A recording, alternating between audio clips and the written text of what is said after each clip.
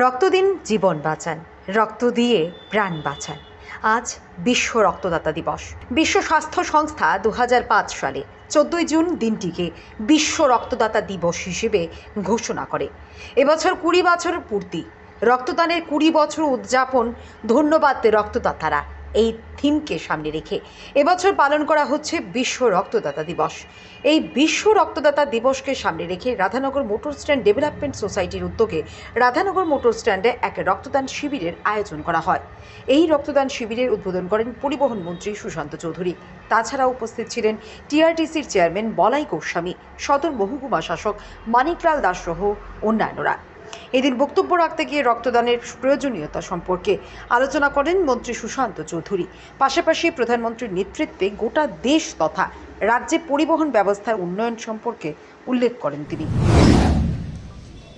আজকের রক্তদান এটা একটা বহুমুখী চিন্তা ভাবনা নিয়ে আমরা আয়োজন করেছি। কারণ আমরা প্রায় সময় দেখি যে শ্রমিক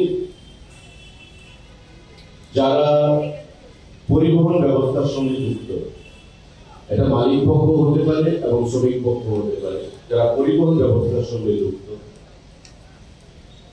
রাজ্যের পরিবহন ব্যবস্থাকে সুদৃঢ় করার ক্ষেত্রে তাদের একটা ভূমিকা থাকে। এবং আমাদের রাজ্যে আমাদের সরকার গঠিত হওয়ার পর এবং দিল্লিতে আমাদের প্রধানমন্ত্রী মোদীজি প্রথমবার এবং দ্বিতীয়বার প্রধানমন্ত্রী হওয়ার পর আপনারা দেখেছেন যে পরিবহন ব্যবস্থা আরো সাবলীল হয়েছে, সংঘবদ্ধ হয়েছে এবং সেটা আগের থেকে অনেকটাই মসৃণ হয়েছে। আমাদের ন্যাশনাল হাইওয়ে একটা ছিল, আজকে 6টা ন্যাশনাল হাইওয়ে হয়েছে এবং যানবাহনের সংখ্যা বৃদ্ধি হয়েছে। আমাদের রেল যোগাযোগ ব্যবস্থা রাজধানী এক্সপ্রেস থেকে শুরু করে কাঞ্চনজঙ্ঘা এক্সপ্রেস, আমাদের লোকমান্য তিলক এক্সপ্রেস, দেওঘর এক্সপ্রেস, তেজস, কিষান রেল, প্রতিটা ক্ষেত্রে আমাদের রেলের সংখ্যা বৃদ্ধি পেয়েছে। বিমান পরিষেবার ক্ষেত্রে আমাদের বিমান পরিবহন আগের থেকে নাম্বার অফ ফ্লাইট, বিমানের সংখ্যা বৃদ্ধি পেয়েছে এবং ভবিষ্যতে জল পরিবহনের যে ব্যবস্থা, সেই ব্যবস্থা নিয়েও আমাদের চিন্তা ভাবনা চলছে, কাজ দ্রুত গতিতে চলছে। তো পরিবহন অর্থাৎ এই নয় যে শুধু সড়ক পরিবহন, গাড়ির মালিক পক্ষ বা শ্রমিক পক্ষ।